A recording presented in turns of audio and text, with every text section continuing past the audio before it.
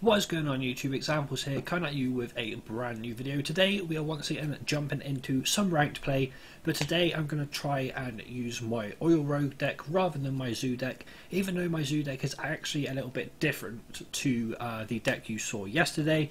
I'm going to be using my Oil Rogue instead of that in today's video. I haven't actually set up my Oil Rogue for the deck tracker, so I do apologise guys, but there's not going to be the deck tracker in today's video. But nevertheless, I'm going to find myself an opponent and I'm going to basically see you guys when I get there. So guys, we have found ourselves an opponent and it looks like we are playing a Shaman in today's video. Now what I'm going to try and do in today's video is try and take a bit more time to actually do the turns that I want to do. Sorry, because I feel like I go a little bit too fast sometimes in my games and I make mistakes where I could have played something a little bit differently. Or I could have played obviously that particular card a bit later in the game or anything like that. So I'm going to try it out playing a little bit slower and thinking about my turns before I do them, and then go from there. So they put down a 1-1 charge to start, which is a bit odd. I could use the backstab on that, but I think backstab's going to be a better option for me later on when we have some bigger cards. So I'm just going to hero power attack into his board basically and just end my turn there, because there's not really anything else I want to do there. Preparation I want to try and keep for sprint. Sap, not really worth sapping back a 1-1 charge, and backstab once again not really worth using a backstab on that, whereas that healing totem might be worth a little bit of a backstab, not too sure yet. So there's the prep sprint, which we can actually do in our next turn, which is quite nice. So what I'm going to do is I'm actually going to backstab the totem, attack to face, replenish my weapon and end. Now I know right now I'm not really taking too much time over my turns, but when we get a little bit later on in the game I'm hoping to obviously slow my play down even and make the right decisions. I already know what I want to do next turn, it just depends on what comes out, A, of my draw, and B, off of what they put down on the board. So if you guys haven't seen yesterday's videos, I would thoroughly recommend going to watch them. There is one ranked play game and there's also a pack opening that I did, which is called Test My Luck. So if you guys want to go and check them out, by all means go and do so. But right here we could trade our hero power into the 1-1 on board, then drop a piloted shredder, leaving the prep sprint for a different turn, which might end up something about turn 6 where we could probably use sap again. And then obviously for turn 5 we've got Lofeb and or anti-kill bot. Probably go with Lofeb to be fair on turn 5. So let me drop down my piloted shredder and trade off his board and end our turn right there. So I apologise if you hear any background noise as well guys. I have got my washing machine / tumble dry going on right now because I need work shirts for Thursday and Friday, so that they are in the wash. So if there's any background noise I do apologise, but right now I feel like we're playing fairly well against this Shaman. I'm not really too sure what Shaman this is. It might actually be a Shaman that's only just started playing, it might be a Shaman that has a pretty random deck, I'm not too sure yet. But I was playing against one of my teammates, well, the only teammate I have at the moment under Fortitude, which is Royalty, last night, and I was playing against some of his decks, and some of the decks he has, they're good, but they're very, very strange.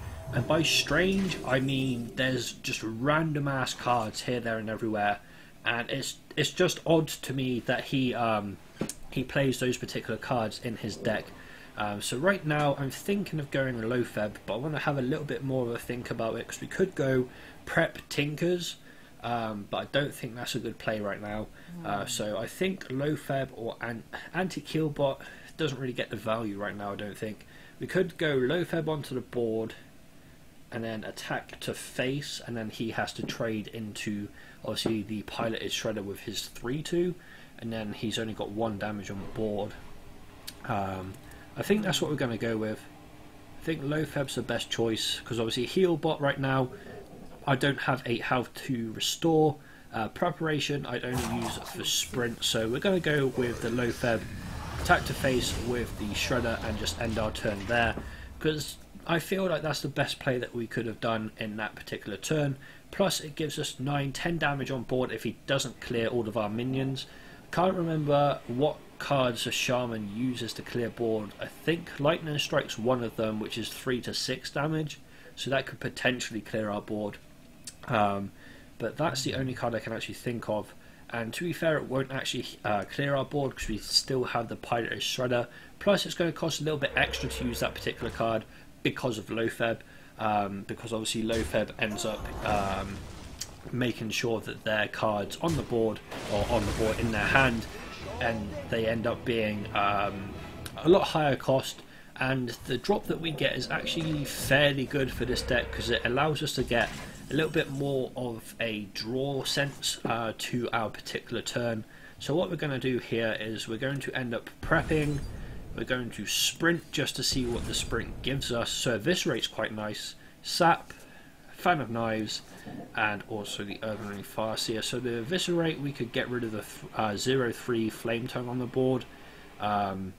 We still have some board presence in a way with our 0-4, but our 0-4 only ends up giving us the power to draw an extra card. But I am going to end up getting rid of this. And do I attack to face, or do I just attack his... I think I attack his totem on board and end our turn there. Now I just had a very, very weird sound in my headphones. I'm not really too sure why. Okay, I had a notification on Facebook, that'll be why. But nevertheless, we're doing fairly well, I guess. We're 2 points of health above our opponent, and we've got what, 7 cards in hand. They have 7 cards as well. So technically we've caught up to the shaman that we're playing against with the prep sprint play. Plus with 7 mana next turn, we could potentially go Azure Drake and something else. We could go Urban Ring Farseer into Tinkers. I might end up doing that, not too sure what I'm going to do just yet. All depends on what we end up drawing into. So Tinkers is what we end up drawing into, but Tinkers at the moment won't be good enough because we don't have a dagger equipped. So we could potentially go Azure Drake into Sap and then get rid of their Frostwolf. I think that's probably the best play for us right now, because then they've got to spend another 5 mana just getting that Frostwolf back onto the board. So Azure Drake's going to go down along with the Sap, and we end up drawing into the SI7 Agent, which will be a fairly nice card for us to play next turn. Obviously just making sure that we do the right combos and the right plays to be able to get the 2 damage onto the board. So I thoroughly see this person going hero power into the Frostwolf to get the 6-6 rather than the 5-5, but nevertheless you never really know what they've got in their hand. But I would personally go that into the Frostwolf again, which is exactly what he has ended up doing, which in my personal opinion is actually a very good play. But at the same time, I personally wouldn't have done it that way around, because I can just go Fan of Knives. I could go another Fan of Knives, but the other Fan of Knives, in my opinion, doesn't really work too well for us. So let's end up doing that. I'm also going to put on the dagger. I'm going to trade his 6-2 off the board with the Azure Drake. Yes, okay, we lose the power of being able to get the spell damage, but we did draw into another Azure Drake, so if you want to, we can play that next turn around. But right now, I'm just trying to maintain a board presence against the shaman. That isn't really a shaman I've gotten used to playing against, I guess you could say, because the shamans I'm used to playing against are very, very fast. They get a lot of minions on board. They use a lot of things that have what is it called, overload, and all that kind of stuff. But this shaman seems to have gone away from playing anything with overload, which in my personal opinion is a little bit strange. So we end up drawing another card there. So I'm going to go Azure Drake here, which gives us Deadly Poison. I'm going to then put Deadly Poison onto this, and I could Blade Fury, which means that it deals 3 damage to everything. So the only thing they'd have left on board is the 2-4, which we can trade into for for 2 damage to our hero. So I think that's what we're going to do. As I said, it is all about like board presence right now, for me anyway. I could now go Eviscerate into the face, but I'm just going to keep hold of that preparation for now. I think. Let me just have a look what I can do with that prep. I can't actually do anything with the prep apart from use Eviscerate or Sap or Blade Fury. So I'm just going to end my turn right there and kind of hope that our legendary that we've managed to pick up doesn't hook another card, because we're only at 8 cards right now, so we kind of need to finish out this game as quickly as possible. And that other Frost Wolf is slightly annoying, but nevertheless we can get rid of it. So with the Azure Drake we can go, what are we going to end up? We can go, in fact I'm going to use prep, go into the Tinkers, which gives us that, deal 5 damage to this. We can then also go one more of these, which gives us 19, which is ridiculous. We can then, I don't really want to sap that back, but at the same time I do. Let's play this and restore 3 health to our hero. And then I'm just going to hit for... Do I hit for 19 to the face and then...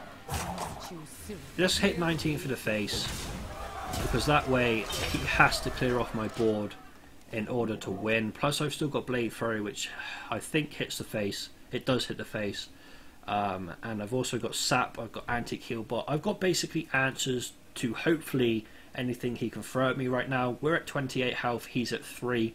But he doesn't seem like the type of person that's just going to give up, especially with what he's looking to do with his hand right now. All I hope is he doesn't have a taunt. If he doesn't have a taunt, I'll be very, very happy. But he does have to basically clear his board to clear my board right now, which is not what he wants to do. So we shall soon see what he ends up choosing to do. But I think this is one of the longer games I've had on this channel so far. How long have we been? We've been going for 12 minutes already. That's probably one of the longest games I've had to play, apart from maybe some arena matches on this channel. So I'm quite intrigued to see what this guy wants to do, because he's probably trying to find a way around clearing his board to clear my board. But at the same time, I don't really think there's any way he can possibly do that. So I don't know if he's just going to wait until this goes down and then make his play, which he has done. But he's just going, I was about to say, is he just going face? He's just going face, which means that he has unfortunately lost to me, and he has conceded there as well. I don't really know what his plan was, because I think he wanted to try and trade into the Azure Drake, and then hopefully just miss the 3-3, but the 3-3 would have given us the win. Anyway, but nevertheless guys, that is it for today's video. We once again become victorious with a Oil Road deck this time around, and I've just thought to myself, the only times I've actually lost on this channel is in arena. So far on this channel in ranked play, I'm not beaten when I'm recording a video. Obviously when I'm not recording a video I have been beaten several times, which is just part of this game. But nevertheless guys, if you did enjoy the video, please leave a like, rating and subscribe to the channel. It means a lot to me. Links in the description down below with my Twitch, my Twitter, my sponsors Nifty Customs, my organisation and my teammate. Any constructive criticism or feedback, just leave it in the comment section down below and I'll implement it into my future videos. But thank you so much for watching, and I'll see you in the next one.